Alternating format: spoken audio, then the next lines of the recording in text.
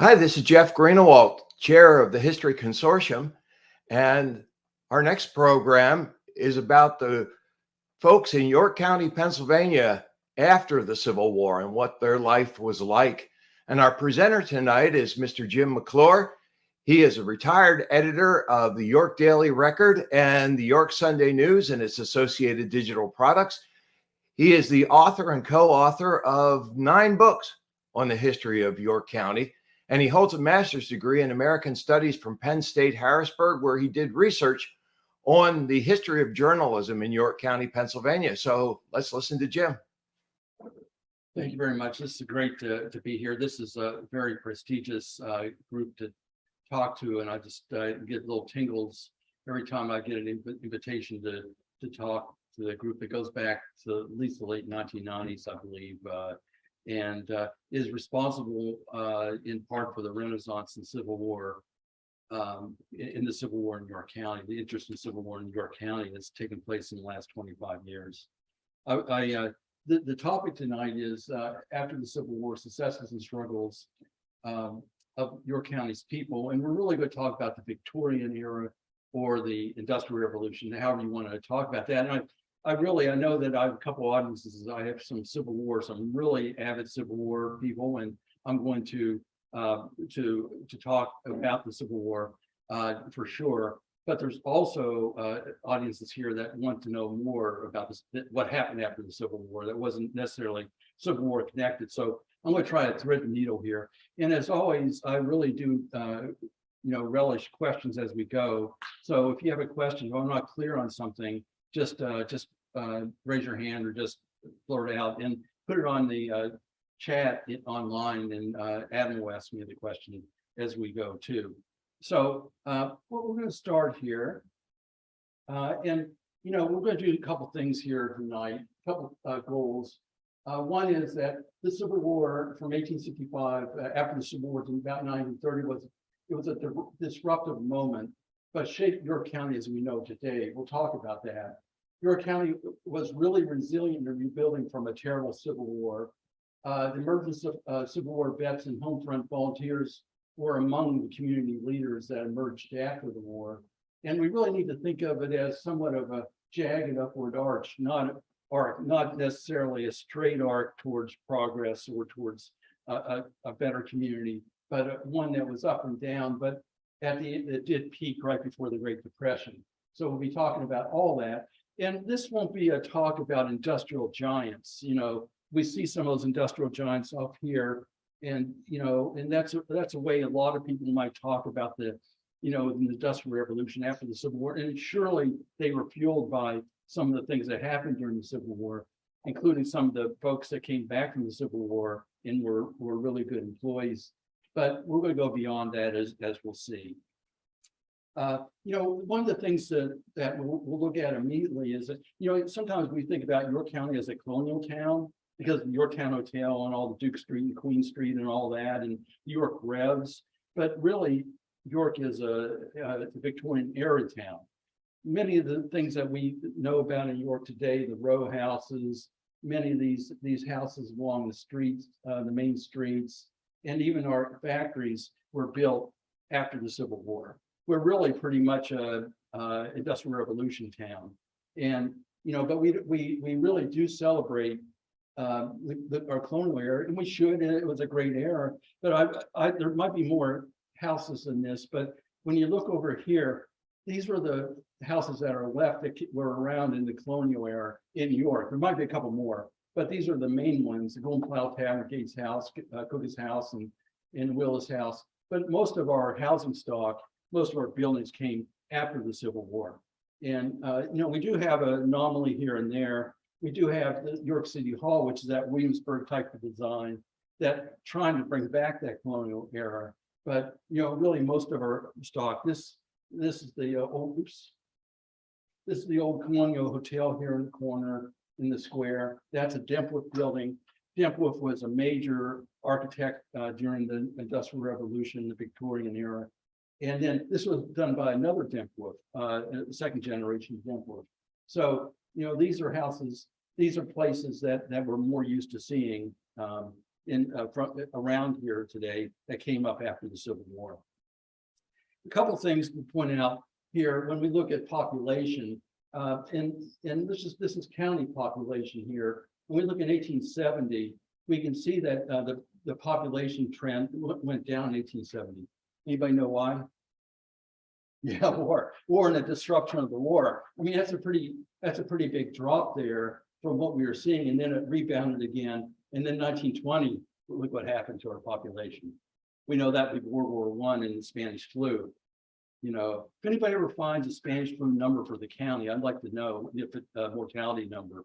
I haven't been able to find a good number, but you can see what it did to the population, the war and that together. So we can see the war had an impact on our population. Then if we look at, you know, this the numbers for, this is just for the city. And we can see in 1870, the city actually went up right after the Civil War. And, you know, anybody have a reason for that? Why would that be? The city went up, the county went up a little, went up some, but, you know, it was comparable, a little bit lower than many of the big years after the Civil War. Anybody have a reason? Well, why do you think that we had such a large growth in this? It wasn't a city; it was a borough at that point. It wasn't a city until 1887. Migration.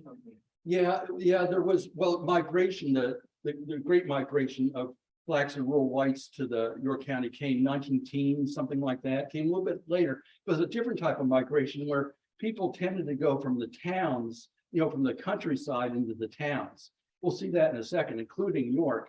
Plus, there was post-war build-up. I mean, the soldiers got back and they had families, and you know they're 4 years older and so on. We'll talk about the Great Migration. In fact, we'll talk. There's some pictures up here that kind of suggest that these figures here, well, especially Bonnie Grimes here. These came, you know, Bonnie Grimes came here in the 1920s as part of the Great Migration that Jeff was talking about. And we had 2 schools built. This is the Smallwood School right here, and this is the Aquila Howard School. We have 2 black segregated schools that were responsible to that. So that would have happened. That migration would have happened starting here, and it would have, you know, we probably would have had a population loss if we wouldn't have had that migration, the Great Migration from the South coming. And then you can see in 1930 and 40, you know, you can see that we got back on even during the Great Depression. So, you know, but I think in terms of the Civil War, and this is one of the reasons why I think this, because many of our boroughs after the Civil War, all these boroughs, these were villages, but they became boroughs. They incorporated as boroughs after the Civil War, and including this period that we're talking about. So everything in bold happened after the Civil War. So you have people that were on farms let's say the husband was away fighting in the war, and where would you go? You know, we have evidences that they would go into the nearest village, and you know that's where they would stay. So it might have been that they stayed in there, they left the farm to go into the villages, and that's why these towns grew. You know, including New York. You didn't feel safe out in the country with the you know, the guy away, and you're on the farm, so you go in and live with your family members, and it's possible that they stayed during that time frame. In general, York was growing, so people had to live somewhere, and they tended to go into the towns and the villages in this time frame. Is that surprising to anybody? Does that make sense? You know, when you look at all those boroughs, we have 36 boroughs, and most of them formed during the Civil War or after the Civil War, right after the Civil War, including, you know, Jacobus, exemplified over here. It was the newest one in 1929. York during this period became from a borough to a city in 1887. York was a borough in 1787, became a borough, and then became a city in 1887. So this, we'll come back to this picture a little bit later. But this was the celebration at the time that York was becoming a city, right after the Civil War, 1887. Now, this is I could show slides here all night, and you all could too, about all the things that happened during this period. I just chose this one representative slide that all 4 of these schools in York formed during this period. We're talking about 1865 to 1930. You know, this is the original York School. It's still standing on South Duke Street. It's across from Bonnie Grimes Gym, the campus park. And this one was down on Philadelphia Street, West Philadelphia Street, down from Central Market. It burned down in about 1942. This school is on the corner of, I get these streets mixed up, a college in George. And this was Hannah Penn when it came down in the 1960s. It was built as York High in 1899. And then we have the original, William Penn or York High, built in 1927, all during this post-war period. So again, I'm trying to show how important this period was right after the Civil War. Okay, now the impact of the Civil War. This was it showed a great resiliency, because I think we can often just, the war is over with, the guys came home, the women left the nursing things that they were doing in the military hospital. You know, there's some degree of normalcy, right? Well, there was a heck of a price that the community was suffering. Now, I want to try to bring that home. I tried to bring that home by doing some math. And if you just take, these are Dennis Brandt's figures, if you take the number of casualties, captured, wounded, and dead, and you apply them to today's population, it'd be equivalent today. 2.5% of the population were casualties of the war, dead, missing, and wounded. That'd be 11,000 people today. Does that give you a sense? 11,000. What happened if we had that type of casualty rate in York County today? You know, 11,000. The number is, let's see, the number serving is 6,000, and that would be equivalent. That would be 9% of the population, which would be about 45,000 people would have served. 45,000 people today, if there was a war today, 45,000 people serving.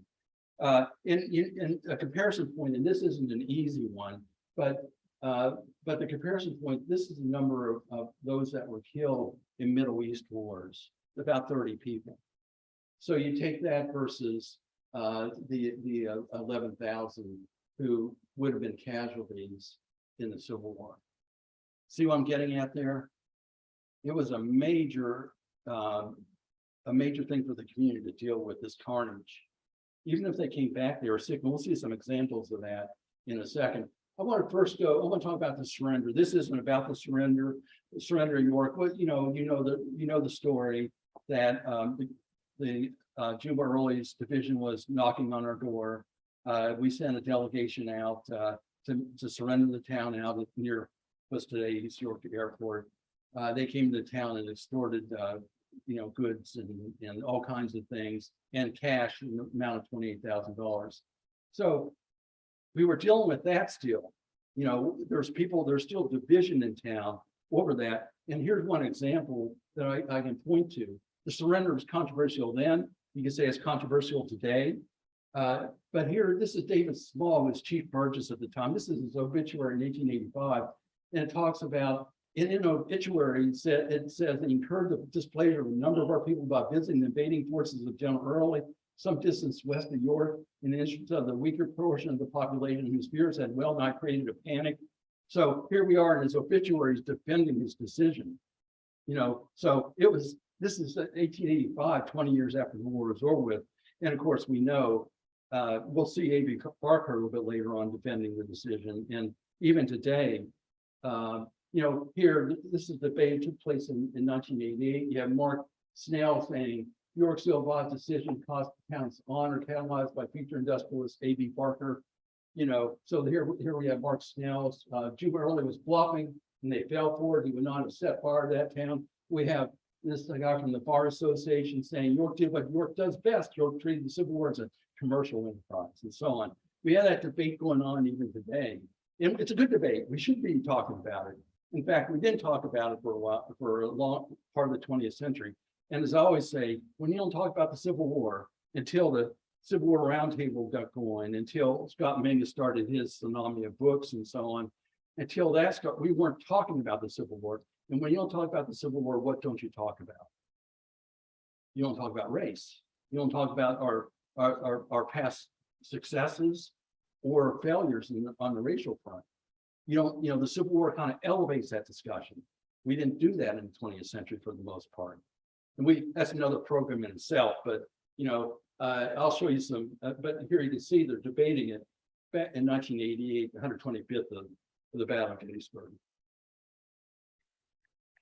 Okay, so here's some of the other disruptions that are taking place after the war. Johnny comes marching home, right? Here's what they faced.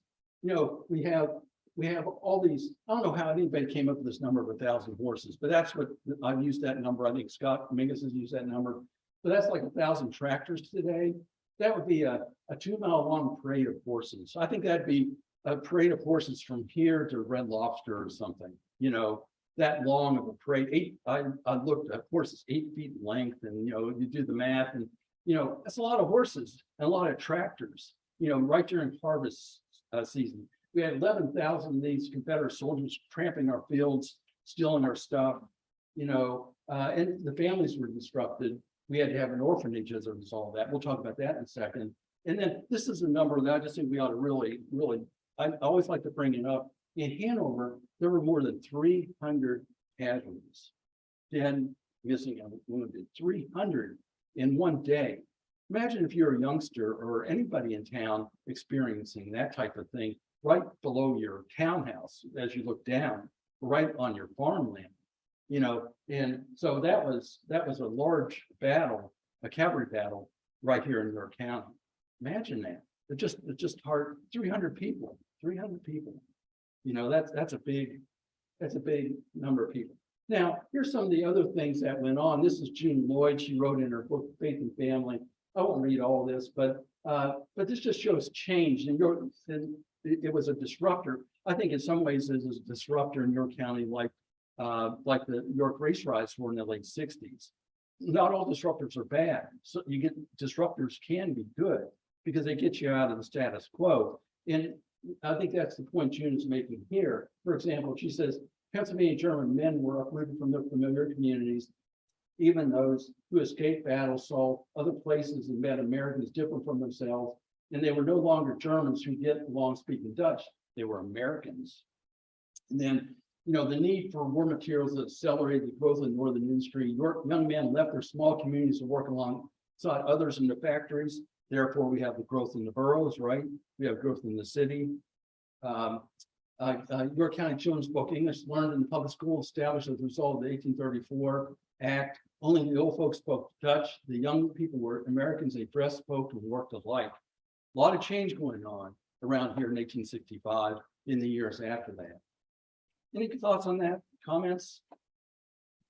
Did you ever think about that way? Yeah, Adam. It's often standard interpretation in history of World War II as well. Right. That, war has this Americanizing effect. And, there are all those World War II movies.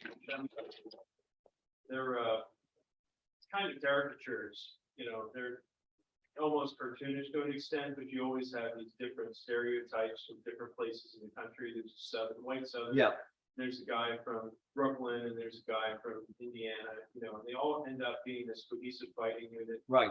And at the end of the war, then they're Americans. So, I mean, it's not, it's a movie trope, but it also has this basis of history. Yeah, and World War I was like that because we were heavily German. We were fighting the Germans, really fighting the Germans. And then after that, we came home. We had the roaring 20s. It just kind of changed us. And there was, if you were a German in the 19 teens in York County, you were suspicious. You were suspect, because you would often have families over in Germany in World War I. So war has that disrupting effect. The disruption can be good in some ways. It can also be painful, and so it's a two-edged sword there. We had a kind of a strange dualism here. Not strange, maybe, but a dualism here in York County. We hated the war. Politically, we hated the war. We voted against Abraham Lincoln both times, as you know. But this was the Democratic paper. Now, they were trying to make the war sound pretty bad. This is early in the war. I don't think it was quite this bad yet. But look what I don't know, maybe it's like I don't know, Fox and CNN today, you try to make it look as bad as you, one side or the other, bad as you can. Its present results are in discord, confusion, the ruin of trade, the closing of workshops, the production of want, destitution, poverty, demoralization, humiliation, and shame, and so on. Yeah. It's interesting, the date, that's only 11 days after Fort Sumter. Yeah, they were taking a political position. Obviously, the Democrats were in the majority in York County, so they were playing to the Democratic base. That's what they were doing. You know, we talk like that today, but that's what they were doing back then. But we love the warriors, you know, in York County. And this is really important moment. We'll talk about this later too. The women of York also pitched in with enthusiasm, forming what may have been York's first women's organization. These women organized other women who in turn went about the task of collecting or making stockings, shirts, bandages, and so on, according to Mark Snell. June Lloyd will tell you, well, there were women's groups before that. In the churches, for example, churches had women's groups. But I think maybe Mark Snell was talking here about community-wide groups, so ecumenical groups that were working on the war. So we love the warrior, but in the majority in York County, we didn't love the war. So that didn't go away right as soon as the war was over with. You know, we still had that here. And this is an example of that. I won't go into all this detail, but we had a Democratic mayor, and then at that point he was in the majority. This is David Small, also owned the newspaper, which is the predecessor of the Daily Record, I might add. And you can see his stats there. And his position was the Union as it was, the Constitution as it is, and then Negroes where they are. That was the position of York County at the time. It's called a Copperhead position. It basically was a peace Democrat position. We don't like this war. It's not worth going to war with. Just leave slavery in place. Don't bother us with it. That would be the position of the majority position in York County at that time. And then we have this David Small, David Eder Small, another David Small. And he made railroad cars, and he lived in the brownstone next to the Martin Library. And he was very much a Union man. If I can bring down a partridge with a gun, I certainly can shoot well enough to go to the defense of my country. And so he and David Small, David Eder Small ran against David Small in 1867. David Small won. David Small, the Democrat, won. So even after the war, we were politically against the war. Even after all of that, we were on the Democrat side still. We had a referendum in 1867, and we chose not to back the party of Abraham Lincoln. And they were not in the same family then. They were cousins, maybe second cousins, same family, second cousins, not close cousins. I think there were 7 brothers, and they were from different brothers. Yeah. But the Small family was pervasive in those days, and some of them were Republicans and some of them were Democrats, we just saw. Yeah. So, this just gives a kind of a sense of where we are at the end of the war. This is A.B. Farquhar in his autobiography, First Million the Hardest. We'll talk about him towards the end. But it was only 100 years ago that came out. Just keep that in mind. And he said, basically, we'll get back to business after the war. It's a question of months, not of years. And I think he was right about that. Business started humming. And he said there was work for everyone. And so the soldiers came back. There's the last great review in Washington. The country began to hum with business. So that was what was happening. A little bit like World War II, after World War II, when the soldiers came home. We're going to go here and talk about a GOAT. Everybody knows that Tom Brady is the greatest football player, greatest of all time, right? Especially if you're a Patriot Tampa Bay fan. Then who's the greatest philanthropist of all time in York County? Well, one of them emerged during right after the Civil War, in the period we're talking about, and this was Samuel and Isabel Small. Now we had P.A. Small and Samuel Small. P.A. and S. Small, they were merchants. They owned mills, and they also owned iron mines. And they were the Small family we've been talking about. They are the main branch of the Small family, if you want to think about it that way. And they founded 4 different entities. We'll talk about these one at a time really quickly. York Benevolent Society, Children's Home of York, York Legion Institute, and the York Hospital. So you had one guy and his wife who did all that. basically got the ball rolling on all that. So it goes to show how things changed after the Civil War in York County. Imagine today, most of us would be hard pressed to say this person started this business, and it's just imagine the scope of what they did, what they were able to do. This is a children's home in York. It was founded in 1865, and it was at Pine in East Philadelphia. Now it's a shopette. And the thing about this number, this is 1875, 10 years after the war, the remainder of the school at present, 57 children, 31 of them being soldiers' orphans.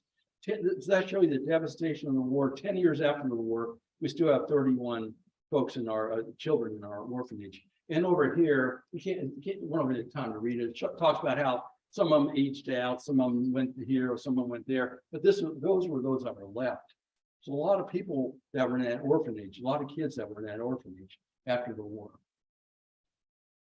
In fact, I think that I would, if anybody's looking to write a master's thesis, I think the story, I have a nephew or a son or daughter that are thinking about doing a master's thesis. There's a lot to be done about the children, the poorhouse in York County, the almshouse, this social history of these institutions we're talking about here and others. York Benevolent Association is still with us, and it was formed in 1863 from an aid for widows and orphans of Civil War soldiers. We have the York College. This is the York Collegiate Institute. You all know where Campus Park is. The Bonnie B. Grimes gym. That was those were associated with this building here, which is York Collegiate Institute. There was an earlier building that burned down, and this was a Denver building that went up in its place. It's now a playground. They tore it down. It's now a playground. And this was York County Academy over here. It's on Beaver Street. It's now a parking lot. Its gym still is there in the back of that parking lot. So Samuel Small made that happen. And then you have York Hospital. And this is really a good area for study, because we had a major military hospital here in York County. What was the connection to that military hospital in York Hospital? There were definitely common surgeons, but it was 15 years in between there. So I don't know. I haven't done enough to know what the link was, except there were common doctors. And so that would be a good area to probe, how the military hospital inspired York Hospital. Samuel Small and his wife they were definitely involved. Isabel Small were definitely involved in care for those at the military hospital were interested in that. How did that spur the founding of York Hospital? That's a really rich area. After we know that in 1865, the military hospital came down. This shows dismantling of the hospital, of the military hospital. This shows a gazebo in the background that remains standing a little bit longer. And this article basically says, hey, the military hospital, they owe us a lot of money anyway for hosting them for all this time. But they did build us a park. There's improvements to Penn Park. They made a park for us. Let's go ahead and improve it, and so on. And they have sidewalks in place and things like that. They have trees that they planted. And so that was an impetus for improvements to Penn Park. The real improvements to Penn Park didn't happen until after York became a city. And that's when the soldiers, there's the gazebo, a little bit better picture of the gazebo there. The Penn Park really came up somewhat after 1898, after York became a city. And that's when Penn Park really was improved. And that's how Penn Park was when it was at its heyday. You can see the dimensions. This I didn't know this up to this point, but this female figure top there is 10 feet high. I just never thought about that. It looks small. She looks smaller, but 10 feet high. That's big. So that's just a trivia fact there. But we have that monument, and we have the Salem Square monument. And what I'm trying to say in this section is that we have really very little Civil War memory here. We have a couple statues, Salem Square. Sorry, the head was cut off. I just couldn't find a better picture. But this is still standing in Salem Square. But it's not really a Civil War statue per se. It's an American Revolution statue and a Civil War. It draws a line between the York Rifles of the American Revolution in the York Rifles of the Civil War. And so it's a joint statue. It's not a pure Civil War place there, but it's still it's a very lovely little pocket park there in the Salem Square area.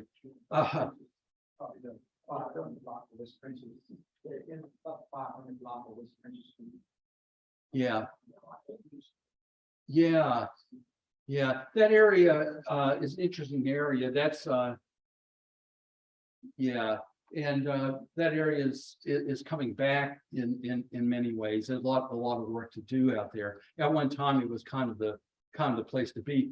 Salem Avenue's out there, and the Salem Avenue runs to York, New Salem. It's the old road to York, New Salem, and so and this is another statue. Of course, this is a statue of Prospect Hill Cemetery. But think about this for a second. Out of those three, how many other Civil War memorials do we have around New York City? And think about you know the number. I didn't count them recently, but at one time there was 13 markers or some type of memory fixture in Continental Square area to the American Revolution. I think there may be a wayside marker to the Civil War in the Center Square area, the Continental Square area. Wonder why that would be. Why do you think that would be? We have three of these monuments kind of out in the suburbs of York City, and we have all this colonial stuff in the center part of New York City. Why would that be? Remember that they were anti-war. Right. Right. Yeah, and that surrender loomed. You know, we had other things that we had a great American Revolution past. We had a great World War II past. You know, let's spend our time on those. Our Civil War past in New York, not necessarily Hanover, but in York was, you know, it wasn't something that we really were proud of. In fact, we didn't really emphasize it for, especially in the 20th century. Yeah. I mean, an excellent comparison is the Square of Lancaster. You know, I can't remember the official title, but that elaborate monument with sailor and soldier right in the middle of town. Right. You think of Chambersburg, it has a Civil War soldier right in the square. Bedford does as well. There's a Civil War monument in its square. Of course, Gettysburg. But, you know, our square is kind of vacant of the Civil War. It's Civil War memory. So all those little things add up to say, doesn't mean the Civil War wasn't important. I just spent the last 20 minutes or whatever talking about the importance of the Civil War, but there was pain associated with the Civil War. Now, also, this was a time that the Goodridges, a very prominent Black family, moved out of York. They moved up for various reasons. They joined their sons up in Michigan, where they had a photographic business, and Glen Alvin was part of that photography. They started that photographic business when they were here in New York. The Smithsonian's taken notice of that, and we'll see a lot more about the Glen Alvin Goodrich name around York County. But interestingly, during the same period, Glen Alvin's son moved back. His name was Glenn Goodrich. He moved back, and he was a prominent, I think he was a barber as well. He was a prominent person in Faith Presbyterian Church. So the Goodridges left and they came back. Other family members came back as well. And some of them, at least three of them, are buried in Lebanon Cemetery, the historically Black cemetery. You know, there's two GAR posts. We'll talk about the David E. Small post first. We already talked about David Small being, you know, this abolitionist, this friend of, he was thought to be an Underground Railroad operator. He was a pro-union man. And so John, so the Black let's see, GAR post, sorry about that, I couldn't see that for a second. The Black GAR post named their post after him, which is extremely rare to do that in America. Stephen H. Smith's done some really good work on that. And then Captain William Lanius did some work.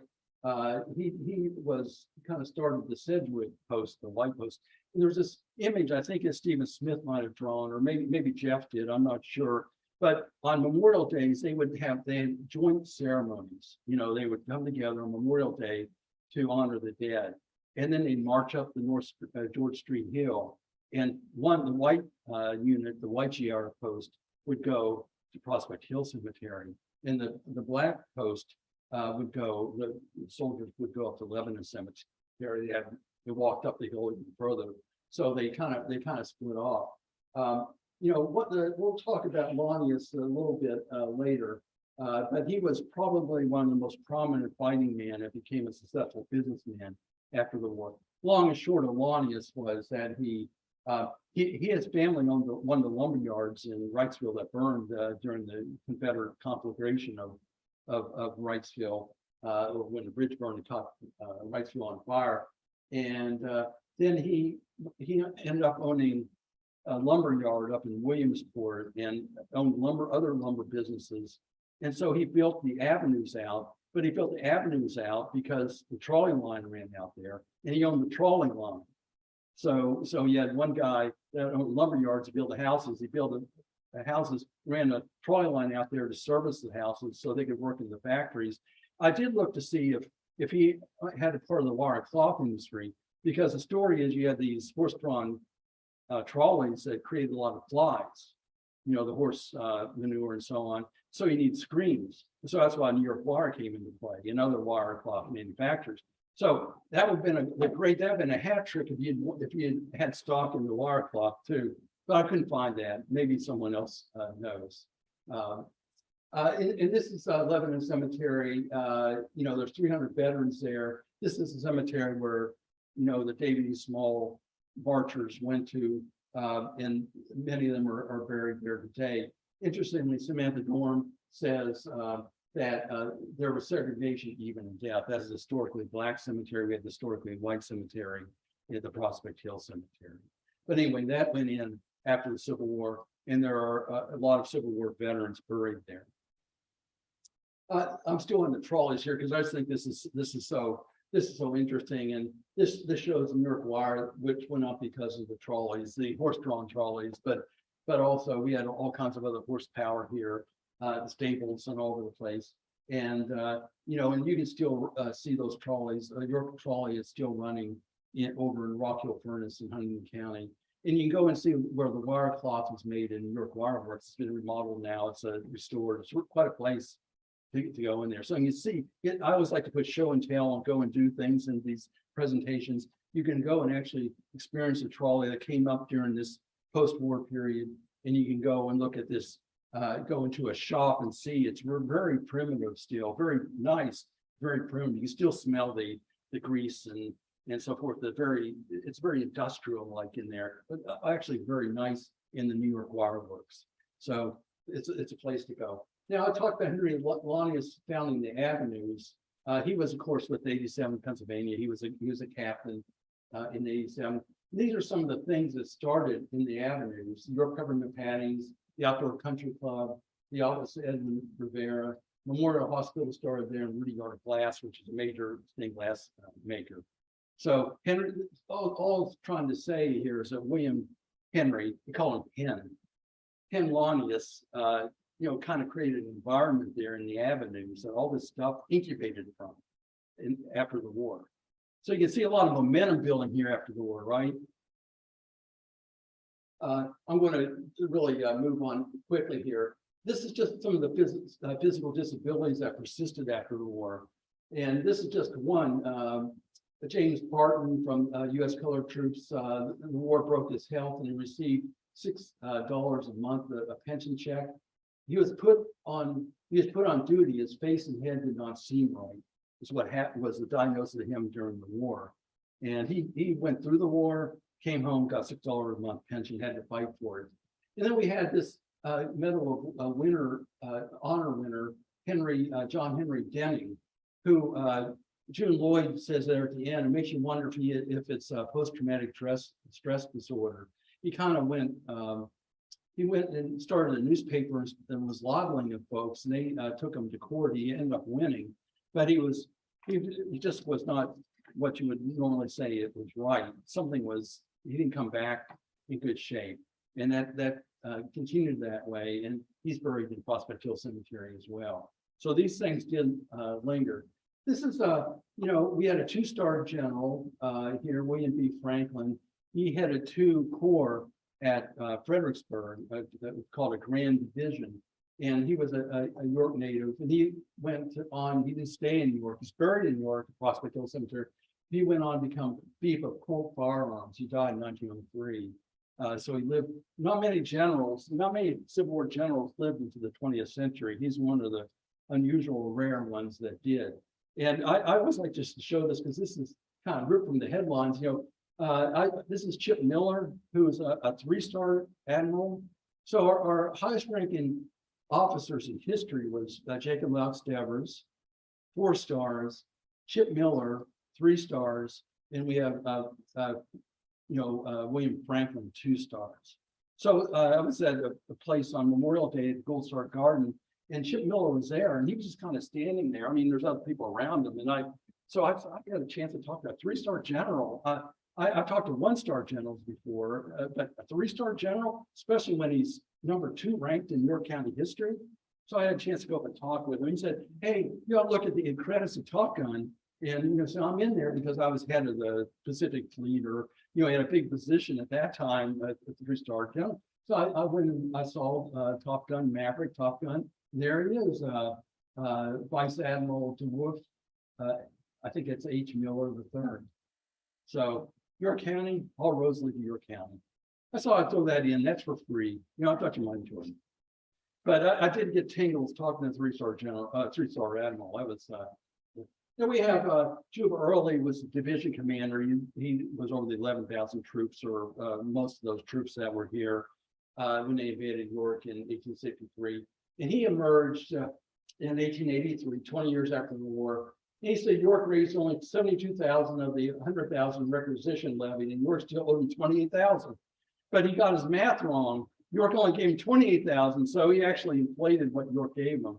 So York probably should have paid him and walked away, but no. But York Gazette got it wrong too. York Gazette said that they actually was 48,000 that paid him. I think it's 28,610 that York paid, the Confederates as part of the requisition. General John B. Gordon came here. John B. Gordon, who headed the major brigade commander, came through York, took down the flag in Center Square, went up to Wrightsville, and that was where the action took place in Wrightsville.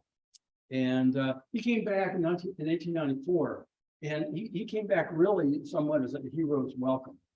I'm just kind of wondering about that. What I wonder what you all would do if an enemy general came, who especially caused all this stuff we've been talking about. He was the main culprit in all this. Came back, 20, 25 years later. Should we slap him on the back and say, "Oh, it's okay, it's war, we're brother against brother," that type of thing? Should we say, "You cost me my livelihood, you cost me my father, I'm not going to go anywhere near you, I don't appreciate you, I don't appreciate what you did." What would you say to him? What would you all say? York welcome him back. Yeah. I don't understand it. Yeah. Then they say you say Southern County was sort of first out. Yeah. Most we voted more heavily against Lincoln in the Southwest than we did in the northern tier of York County. So yeah. Should we have forgiveness? I mean, this is a test, it's something to think through as you go home tonight, and how does that translate to other areas? Should we hold grudges? But the way I factored in is that Gordon was just not, he might seem gallant and so on. But here's Gordon because he presented himself as a gallant general when he was here.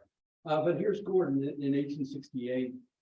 He was down South Carolina because the Democratic Party needed black voters to overcome the Republican vote in the Reconstruction year. So he needed blacks to back him, back Democratic candidates in that time frame. And he told this group that had is a mixed race group. He said, "Because we had bought you and paid our money for you. Why did we not free you? Because we bought you and paid our money for you." And then he says over here that, "But if you attempt to inaugurate a war of races, you will be exterminated." So Gordon, this is the same Gordon. We'll welcome back as a hero. Here's Gordon right after the war. And so I read stuff like this, I think, well, you know, that would be a terrible thing to have someone thinking like that back in our midst. You know, so yes. I think sometimes, you know, that all this about destroying, the statues and different things. Well, you know, there's some of them too in the South where like I would think, well, I'm not crazy about either, but it's history. Right. And I would rather than take those statues and keep them, some of them, keep them safe and put them in a museum Right. and safety, because it is history. The kids should know about that. They shouldn't hide all this. Right. People, and keep them like that. And yet maybe I wouldn't agree with that person with the statue or something, but yeah, you just don't destroy all history. And I would be extremely just livid if anyone touched Lincoln's. So, Right. you know, I mean, you know, and they might say, well, I didn't like him because they're in the South, you know, and they, so I don't think the history should be destroyed. Even if Right. I don't like And to your point, that's why we're talking about this tonight, because we're not going to not talk about this. We're going to talk about this is a major thing that happened during this period that we're talking about. So why would we ignore it? And so I think that's what we have to do. We have to talk about it. And that's what we're doing here tonight. You know, unfortunately, we have a ton of other things to talk about too. But yeah, thank you for those comments. And I'm going to kind of just go over these in lightly round fashion. One of the things, the railroads came in, of course, in a big way after in that period that we're talking about. And you can see this came from Tom Yingling. This is very interesting. This is in 1895. You see most of the railroads in York County were in the southwestern area because of the iron ore there, a lot of iron ore mines. Now there was a Northern Central Railroad that came up, and the Ma and Pa Railroad, it wasn't called that then. Ma and Pa Railroad that came up as well. The Stewartstown Railroad's not on here for some reason. But anyway, the railroads did come in, but many of the railroads were over here in the southwestern part. That was new to me. I never thought about that. Today we have, in York County, we have 3 excursion railroads. 2 of them came up during the period we're talking about. The Northern Central Railroad came up earlier, and of course, was a major railroad during the Civil War. And then we have the Ma and Pa Railroad that came in, and the Stewartstown Railroad that came in during this industrial revolution. The road for women during this period, the Victorian era, was a difficult road. But this is one woman that we ought to remember, who came.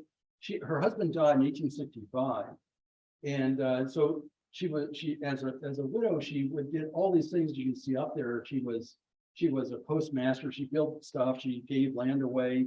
Many of the prime things in York and Red Line today are on her former property. And she died a year before she could vote. So that was tough. And those factories that were burgeoning in this time frame, didn't mean they would hire everybody that was available. And this is a story from 1905. This is courtesy of Friends of Lebanon Cemetery. And you can see there's a story here that at this point, the only black girl who was employed in a factory, there was only one black woman employed in a factory in 1905. So it wasn't necessarily equal opportunity for everybody during this time frame that we're talking about by a long shot. But one of the things, we talked about the Ladies' Aid Society that grew up during the Civil War, and they did the bandages and did the things of military hospitals.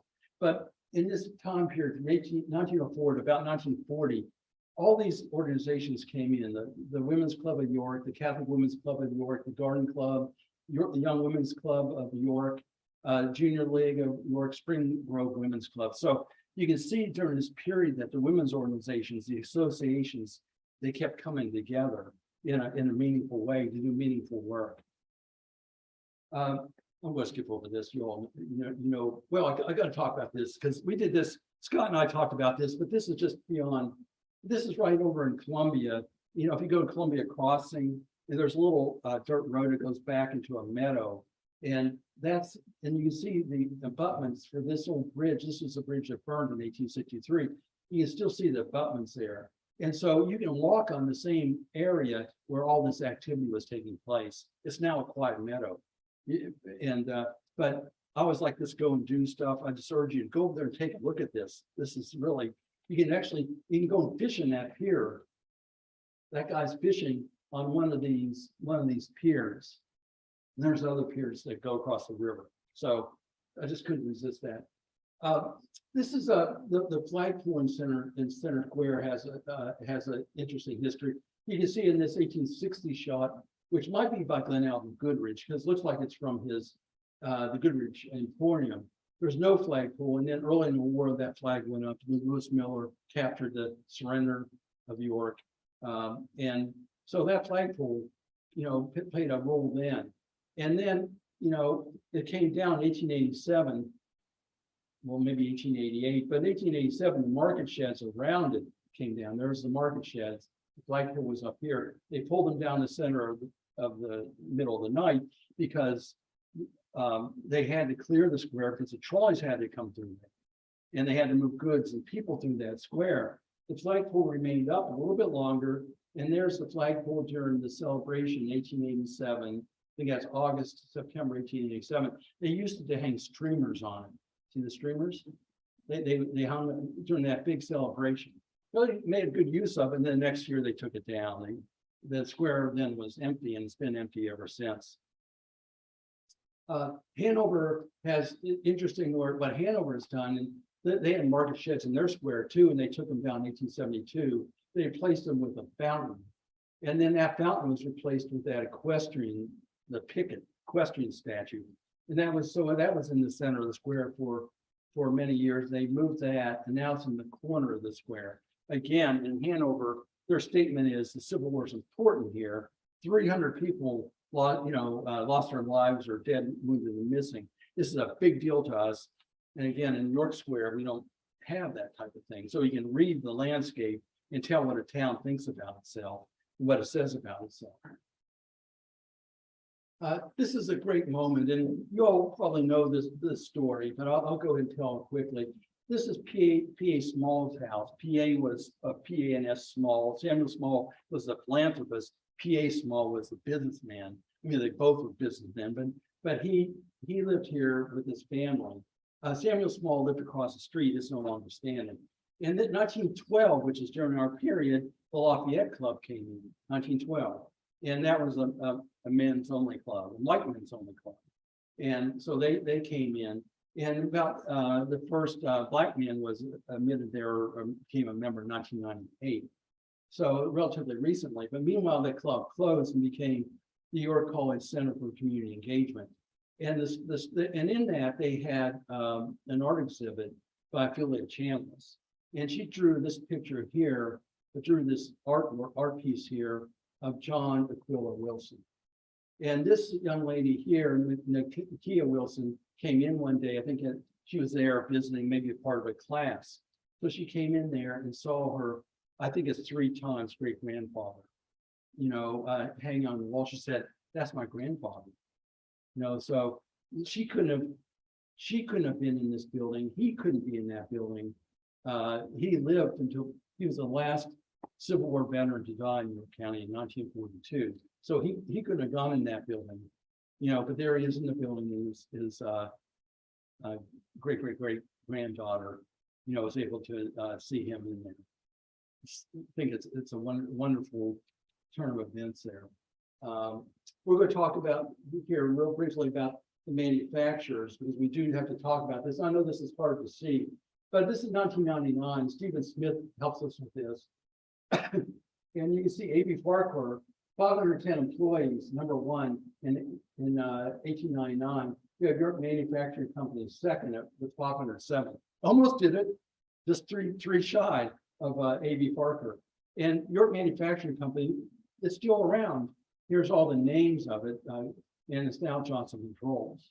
So it grew up during this time period that we're talking about. And here's all these industries that have large number of employees. So it gives you an idea of the breadth and growth after the Civil War. Here's a couple of things. I want to talk about A.B. Farquhar here. And this is from his autobiography, The First Morning the Hardest. And he talks about that early in the Civil War, my own factory was turning out fully twice as much as before the war, and that was more or less the condition through all lines of manufacture. So his factory is humming during the Civil War. So in 1862, the Antietam campaign was in place. He thought the Confederates in the town thought the Confederates might come up to York in 1862, a year ahead of when they did. So anybody know what Parker did at that point? He rode down to meet them. In 1862, he kind of did a prequel to what he would do in 1863. He rode down and met with Fitz Lee, cavalry commander down there. And he says, is it true, I asked Fitz Lee, that you're going to York? I'm interested because I have some property there. No, he doesn't say, I'm interested because we have a great town there and women and children live there, and we don't really want you to come through here. We're proud of what we've done here. I have some property here. And Fitz Lee said, no. So we're not going to go through there. So we come up to the next year, 1863. This is when the Confederates are out in Abbottstown, out in the farmers area near today's York Airport.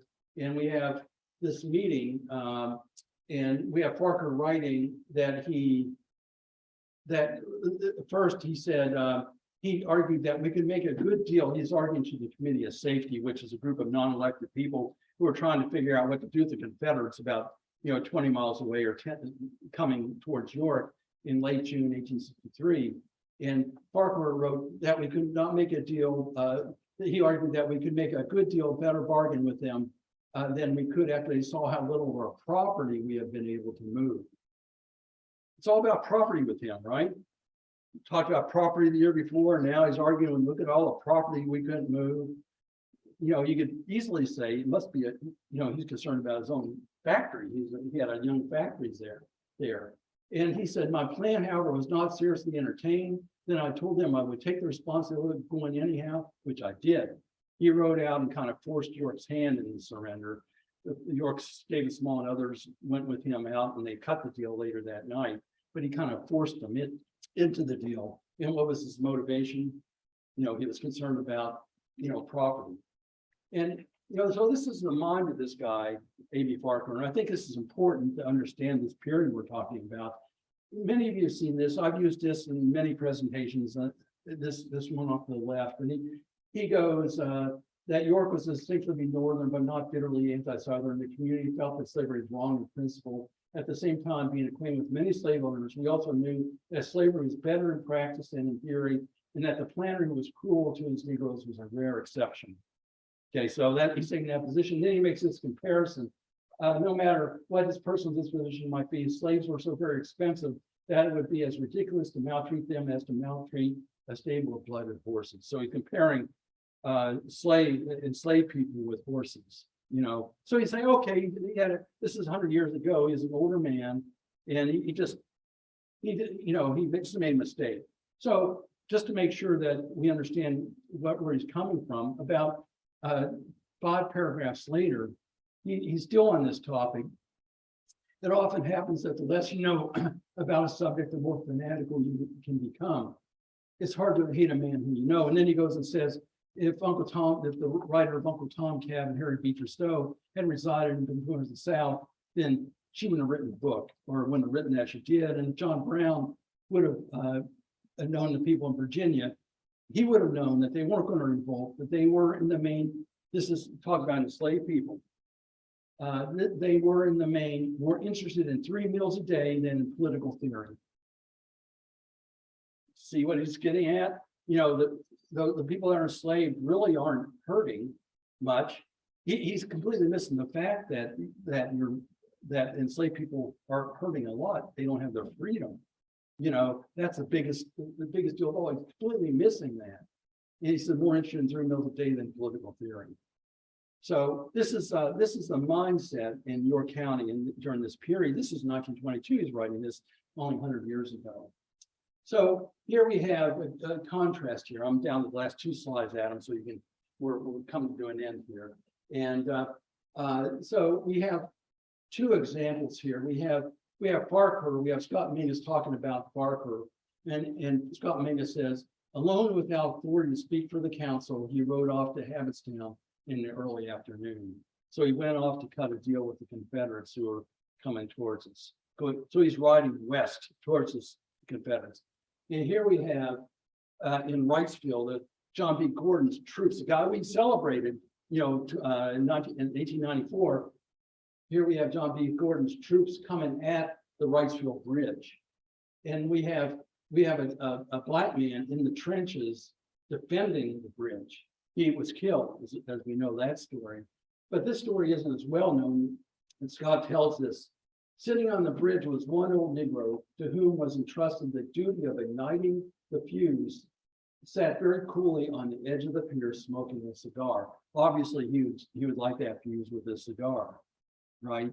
So here you have this black man who had the whole John B. Gordon's troops coming right at him, sitting coolly.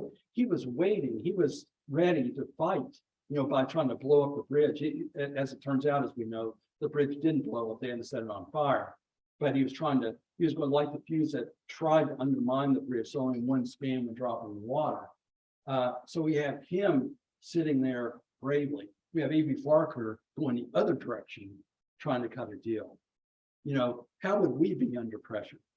If we're faced with times like this, what types of decisions would we make? And that's one of the reasons why we study history, is so we can learn from them, and we can get these experiences, and maybe we'll make a different decision if we're faced with such things. And this is the last slide. And this is the goat. This is another goat. This is S. Morgan Smith. Okay, we're talking about heroes. The black man on the pier. We're talking about Samuel and Isabel Small. Here we have another hero, S. Morgan Smith, and we'll end on this. S. Morgan Smith, Stephen H. Smith drew this graphic over here. S. Morgan Smith was a Moravian pastor, and it was during the war. What did S. Morgan Smith do during the war? Anybody know? What's that? Railroad. No, he was a pastor. He was a Moravian pastor. He became a chaplain for the Union Army.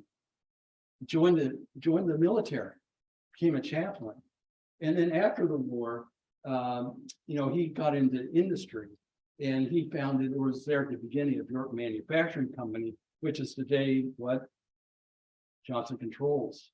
So he helped found Johnson Controls. And then he helped found S. Morgan Smith, which became Alice Chalmers Boyd. Precision Components, American Hydro, all these were kind of offshoots of the companies that he founded in precision calibration.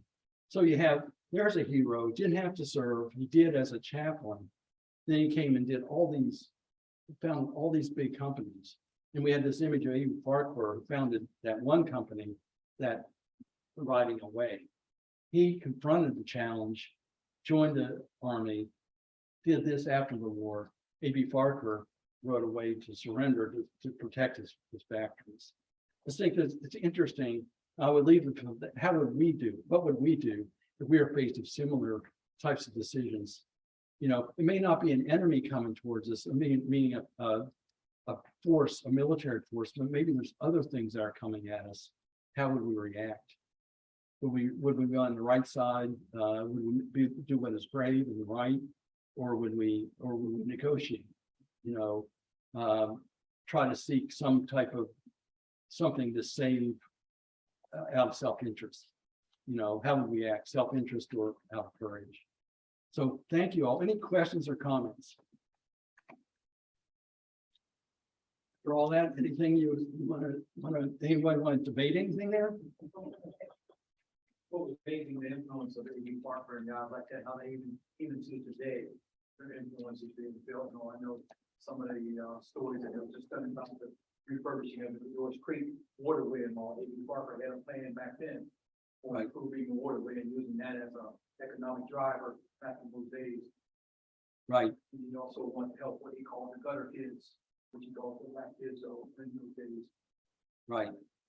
The interesting thing about Farquhar is, and I wouldn't wish this on anybody, but he those machines that he was trying to protect, the machine shops, his industry, he died because of the machine. He was walking across Country Club Road and was hit by an automobile. and he was an invalid for the last couple of years of his life. And he ended up dying in about 1925. Sad, but interesting, just interesting nonetheless, that the very things that he fostered ended up killing him. I think, Baltimore, it's manufacturing, conveyors for the postal service. Right.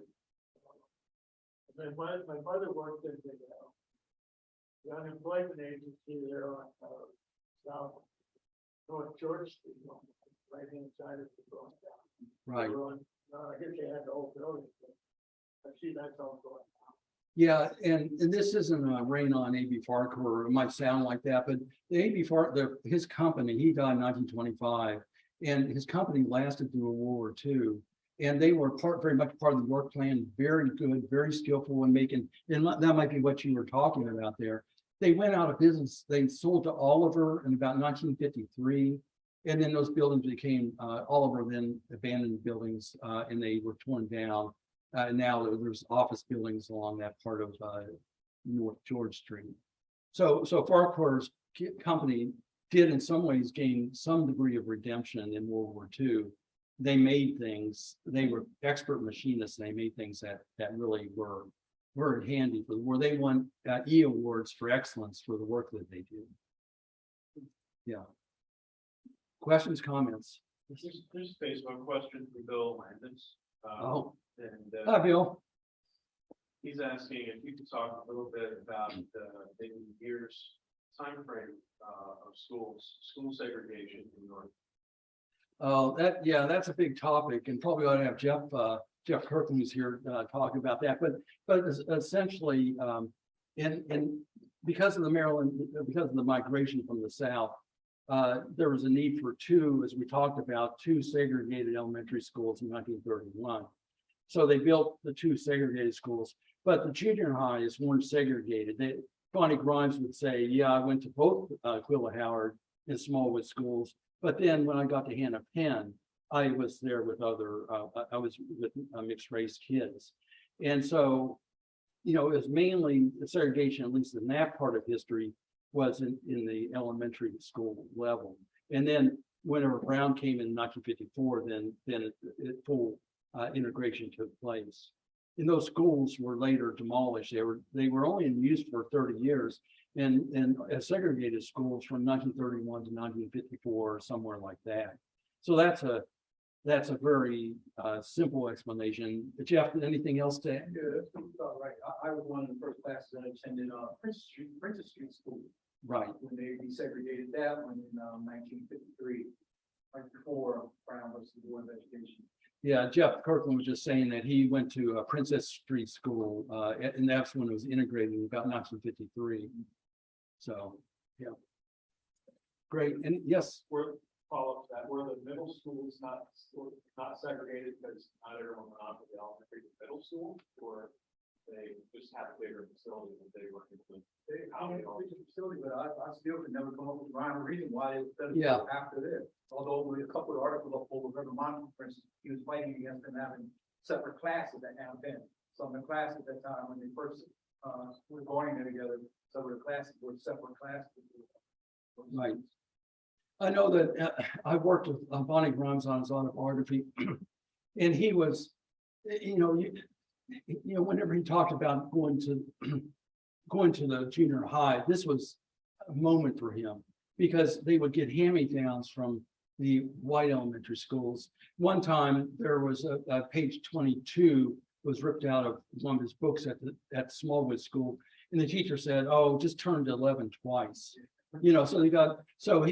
When he got to junior high, he talked about this is kind of a physical thing. He had to walk from the Noel School, which is on East Princess Street, about 5 or 6 blocks to Smallwood School, a youngster. And Smallwood School is near York High, where York High is today. And he said, whenever he got to an intersection, his white friends would go over to Noel School, which is now Community Progress Council. They would go over there. He had to walk 5 or 6 blocks. By the time he got to the Hannah Penn School, middle school, there was like heat ducts, and he would huddle over those and thaw out. and then he had to walk to Smallwood, which wasn't that far after that. But to get to the middle school was an achievement. You could just see that he felt that way, and it was. And he didn't talk a lot about the fact it was integrated. He just felt like at middle school, the education was so much better there than what he was getting at his elementary school. Other questions? Yes. I just want to make a comment. Yes. I look forward to your articles every Sunday in New York City News in the viewpoint section. Yes. Newspaper. And you have, quite often you've written about some more topics. Yes. And you wrote a very nice article on the battle to preserve the Richland House. The land Susquehanna Discovery Center to please showcase properties rich in legend. And I could go on. I have here the article of York's Confederate surrender. A.B. Parker, labor to justify his role in this act. Yeah, if you want to read all about it, A.B. Parker, I wrote about him. So I really, having been the program director for the Civil War Roundtable for the last 15 years and having worked with you and Scott Mingus and you're bearing together with your books, I really actually was calling you the York County History Defenders. Oh, With thank your you. books, and I really look forward to all of your articles. And you've written a lot about the Underground Railroad. So Yeah. thank you for your interest. I appreciate it. Thank you. And we have such a rich others to draw from. Jeff Kirkland, the things that Adam and Nicole do in the archives that we can go in there. I was just in there last week to do something on what's called the conspiracy of 1803, and I wrote about that this week. So we just are surrounded with such a rich history community here. You can't help but to kind of be uplifted by it. So thank you very much. Yes. I was just thinking the other week when I again someone go up that every day in school. And I'm so glad I didn't know this at the time, but I was in school, first grade would be in 56. And Black children were in my school. These are Lancaster, a little tiny town. And so I didn't think anything about it. One of my best friends was a little Black girl in second, third grade. And when I came to York, to York College, and that's why I came here. Why, then with friends around, York, they were talking about this segregation, and I thought, what? I thought that was way back, in 18 something, not 1950s or something. Right. To me, and all the prejudice, and I just couldn't believe it, and it still bothers me today. But I'm so glad that I was real young when I learned to be able to just feel normal. I mean, it's no big deal having a Black person in school or next to you or anyplace. Because some of the ones my age are not much older can still have, once in a while a word mark or something. And so I don't know why we were allowed to have Black kids in our school in the 50s, but yet York and other cities around still have a problem. And really your comments kind of support what I was saying, that when you have a group of talking about the Civil War as we're doing here tonight, as Kathy and Linda and others have done since the late 1990s, you talk about things like you just talked about. You talk about race and so on. You talk about discovering people that look different than you and they really aren't. And you have that type of discussion like you just were talking about. If you don't talk about the Civil War, you're going to have a vacuum on that type of thing. And I think York County did for much of the 20th century, because we just didn't want, people weren't writing about it. They weren't talking about it. Whether they were in Hanover and they weren't in Wrightsville, but they weren't in the greater York area. And so I think that is really what I'm saying is we're here tonight talking about these really tough things that we talked about Parker and so on, because we're talking about the Civil War, and that type of stuff just comes out of it, and it should, because that's what really caused the Civil War. So thank you for sharing that. That's really, really great. Thank you. Anything else? Okay. Thanks. Thank you all very much.